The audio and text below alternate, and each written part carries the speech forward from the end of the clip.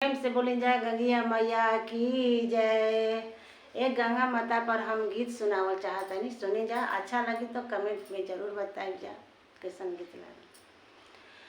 कहाँ बसे राम जी का हरे गंगा मोइया कहाँ रे बसे न छत्तीस मुनि सब देवतावा कहाँ रे बसे न अयोध्या बसे राम जी बगो सर में गंगा मोइया गोरखपुर में न अयोध्या बस राम जी बगसर में गंगा मोइया गोरखपुर में न बस छत्तीस मुनि